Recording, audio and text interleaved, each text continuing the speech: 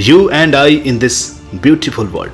अगर आपने 2000 के पहले दशक को जिया होगा तो ये लाइन सुनते ही आपको टीवी पर दिखाई देने वाले एक बेहद दिलचस्प विज्ञापन की याद आ गई होगी। इस विज्ञापन में एक बच्चा ऊंचे नीचे पहाड़ी रास्तों पे तो कभी उबड़ खाबड़ या गीले रास्तों पर चलता जा रहा होता है और एक प्यारा सा डॉगी उसके पीछे पीछे हर उस जगह चलता दिखाई देता है जहां जहां भी वह जाता है। इस विज्ञापन का संदेश यह था कि आप कहीं भी जाएं, हमारा नेटवर्क आपके साथ होगा। और यह विज्ञापन था टेलीकॉम सेक्टर की एक नेटवर्क कंपनी का, जो भारत में कॉलिंग के साथ इंटरनेट प्रोवाइड करने वाली शुरुआती कंपनियों में से एक थी। जी हाँ, आपने बिल्कुल ठीक समझा, हम बात कर रहे हैं हच एसआर की, जो आगे चलकर मुंबई में ऑरेंज बना और फिर देश भर में वोडाफोन में बदल गया। बाद में इसी वोडाफोन का आइडिया में विलय हुआ, जो वोडाफोन आइडिया यानी VI बन गया। हच जैसी कंपनी जो कभी BSNL के अलावा दूसरी एकमात्र कंपनी थी जो भारत में कॉलिंग के साथ इंटरनेट की सुविधा दिया करती थी, आखिर क्यों वोडाफोन के हाथों बिक गई? कब और कैसे हुई भारत में इसकी शुरुआत और कब वोडाफोन ने इसका अधिग्रहण किया? जानेंगे इन सभी सवालों के जवाब हमारे इस वीडियो में। आज की यह वीडियो बहुत रोचक होने वाली है, तो वीडियो में शुरू से अंत तक बने रहें और बाद में भूल ना जाएं। इसीलिए अभी से आपसे बता देते हैं कि वीडियो को लाइक कर लीजिए और चैनल को सब्सक्राइब कर लीजिए।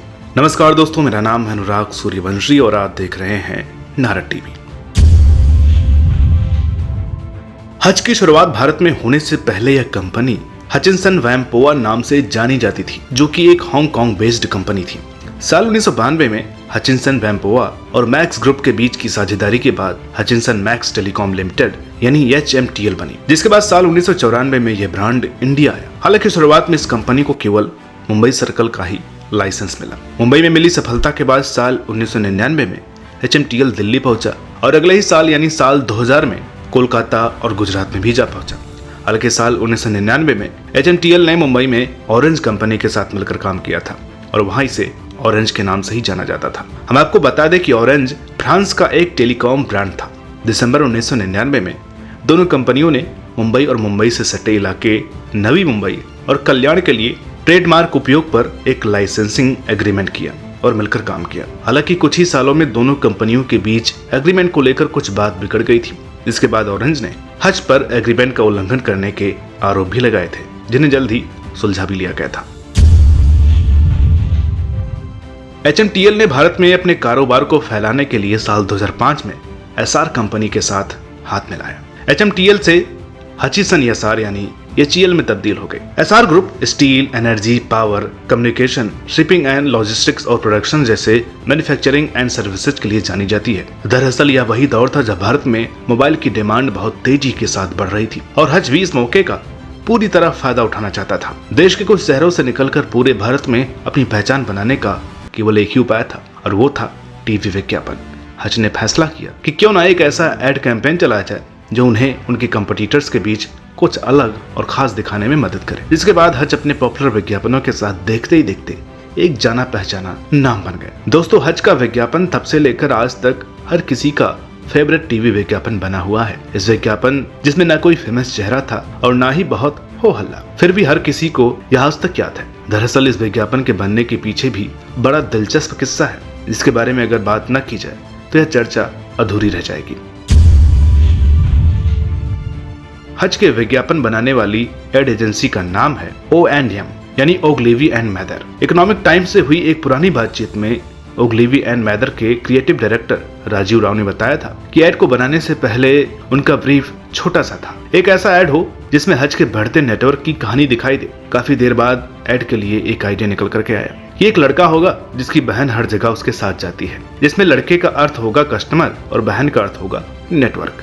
मगर तमाम डिस्कशन या यूं कहें कि ब्रेनस्टॉर्मिंग के बाद यह तय हुआ कि बहन की जगह एक कुत्ता रखना चाहिए, जिसके पीछे एक वजह यह बताई गई कि कुत्ता क्यूट होता है। दूसरा ये कि कुत्ते की वफादारी के बारे में सभी जानते हैं और तीसरा ये कि कुत्ते का प्रेम हमेशा निस्वार्थ होता है। दोस्तों, जिस दौरान हच के विज्ञापन का यह आइडिया फाइनल हुआ था, उस वक्त एड एजेंसी O&M की नेशनल ब्रांड हेड रही रेणुका जयपाल इकोनॉमिक्स टाइम्स से हुई बातचीत में बताती हैं कि जब उन्होंने हच कंपनी के हेड असीम घोष से इस विज्ञापन का आइडिया शेयर किया तो घोष ने पूछा कि क्या उस बच्चे का मतलब हमारे 10 लाख कस्टमर और वो छोटा सा कुत्ता हमारा $10 लाख का इन्वेस्टमेंट है। इस पर रेणुका ने हाँ में जवाब दिया तो घोष ने कहा कि इससे पहले कि ऐसे आइडिया के लिए उनकी हिम्मत जवाब दे दे, वो फौरन वहाँ से चली जाए और बस ये ऐड किसी तरह बना दे।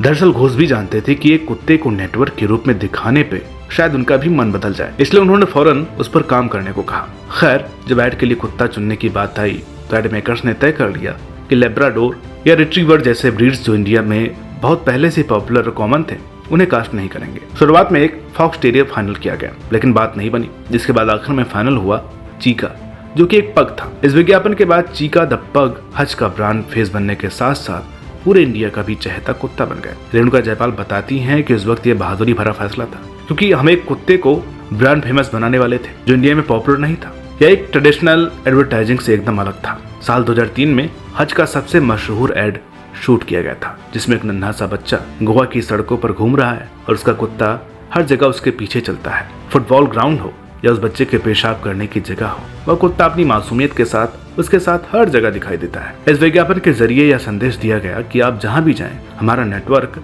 आपके साथ जाएगा। यह विज्ञापन काफी पॉपुलर हुआ और अगले 4 सालों तक थोड़े बहुत फेरबदल के साथ लगातार चलता रहा। हालांकि कॉन्सेप्ट वही रहा और चीका द पग हज के साथ बना रहा। हाँ, इतना बदलाव जरूर हुआ कि इस बीच हज का ब्रांड कलर ऑरेंज की जगह पिंक हो गया। एक खास बात की, जब साल 2007 में हज वोडाफोन में बदल गया, तब भी यह कुत्ता ही उनका ब्रांड फेस बना रहा। वोडाफोन का मानना था कि वे चीका के साथ ही आगे बढ़ेंगे, क्योंकि लोग उससे प्रेम और जुड़ाव महसूस करते हैं। दिलचस्प बात की, कई साल बाद जब 2016 में वोडाफोन 4G लेकर आया, तब भी एक पग को ही एड कैंपेन के लिए लाया गया था। दोस्तों, इसमें कोई डाउट की बात नहीं कि इस विज्ञापन से पहले पग को असल में एक बदसूरत कुत्ते की तरह देखा जाता था और इसका फेस दूसरे कुत्तों जितना क्यूट नहीं माना जाता था।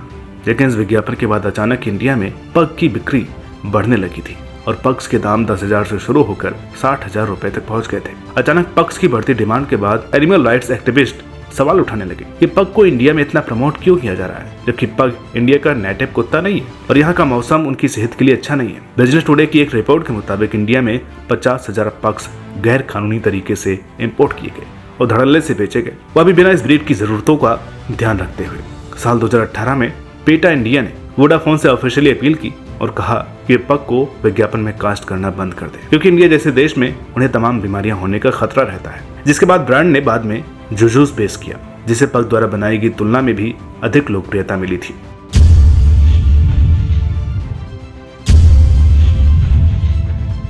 वोडाफोन ने हज को कैसे खरीदा, इस बारे में बात करने से पहले आइए वोडाफोन के बारे में इन शॉर्ट कुछ जरूरी बातें जान लेते हैं। वोडाफोन का पूरा नाम वॉइस डेटा फोन है, जो कि यूके की एक टेलीकॉम कंपनी है। वोडाफोन कंपनी के फाउंडर अर्नेस्ट हैरिसन और गैरी हेवेनेथ हैं। कंपनी का हेड ऑफिस लंदन और न्यूबरी बर्कशायर में स्थित है।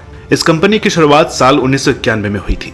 आज ये कंपनी 25 से ज्यादा देशों में अपना कारोबार करती है। भारत में आने के बाद साल 1999 में वोडाफोन दुनिया की सबसे बड़ी मोबाइल टेलीकॉम कंपनी बन गई थी, जबकि यूके की यह तीसरी सबसे बड़ी पब्लिक टेलीकॉम कंपनी बन गई थी। अगस्त 2005 में जब हज एसआर के साथ मिला, तब एसआर दिल्ली, उत्तर प्रदेश, पूर्व, राजस्थान और हरियाणा में एसआर कंपनी का प्रमुख भागीदार था। लेकिन बाद में हज ने अपनी हिस्सेदारी बढ़ा ली थी। साल 2006 के आखिर तक आते आते भारत का सेल फोन यूजर आबादी 150 मिलियन तक हो गई थी।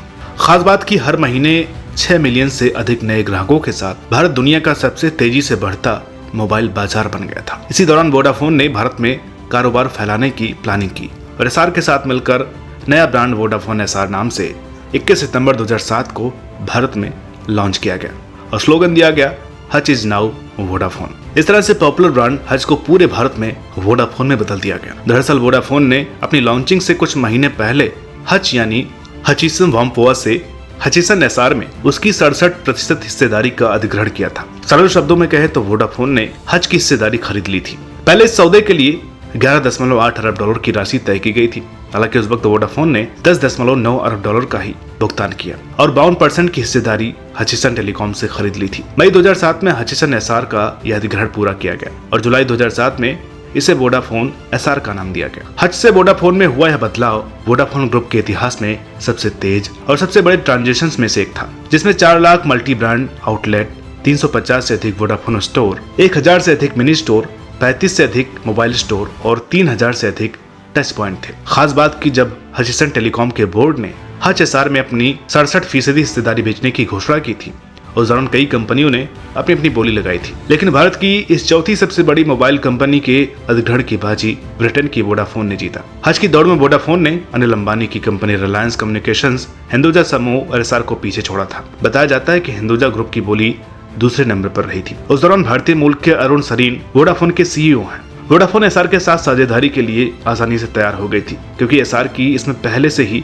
33% हिस्सेदारी थी। इस डील के बाद वोडाफोन के मुखिया अरुण सरीन ने कहा था कि मुझे एस्सार के साथ साझेदारी में किसी तरह का ऐतराज नहीं है। चूंकि एस्सार पहले से ही इस ज्वाइंट वेंचर में हिस्सेदार है, इसलिए उसके पास टॉप बिड मैच करने का ROFL यानी राइट ऑफ रिफ्यूजल का अधिकार है, या फिर वह टैग अलोंग राइट यानी अपनी हिस्सेदारी बेचने के अधिकार का इस्तेमाल कर सकती है। यदि एस्सार टैग अलोंग राइट का इस्तेमाल कर अपनी हिस्सेदारी बेचती है तो उसे इसके लिए $6 अरब मिल सकते हैं।